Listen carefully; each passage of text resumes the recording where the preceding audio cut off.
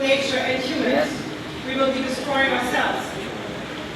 ये कुरान सिर्फ पाकिस्तान में नहीं बल्कि सोमालिया में और दीगर जगहों में भी है, और अगर हमने फितरत या कुदरत का उसी तरह से इस्तेहसाल किया जैसे कि हम कर रहे हैं, तो ये बहरान जो है वो जारी भी रहेगा और फैल भी जाएगा।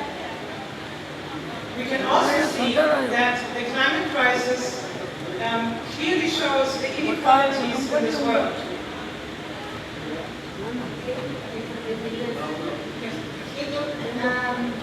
माहौलियाती बहरान दुनिया में जो अदम मसावत है, जो हम इसके हमेशा बात करते हैं अमीर गरीब का फर्क, तो ये माहौलियाती बहरान उस इनइक्वालिटी को, उस अदम मसावत को और बढ़ा रहा है और बढ़ाएगा। On the global level, we can see that those countries and those corporations that have been polluting the atmosphere for the last 100 to 200 years are based in Europe and in North America. But this is not, those are not the places where the climate crisis hits the most. The climate crisis hits the most in countries that have not contributed to this crisis.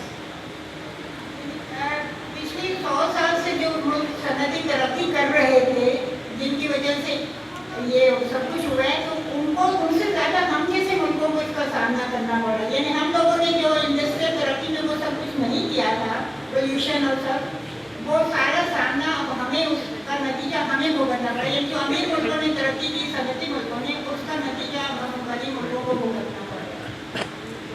But also within a country, and that is true for Europe as well as it is true for a country like Pakistan, those that are poor are the ones that are suffering the most from the consequences of the climate crisis.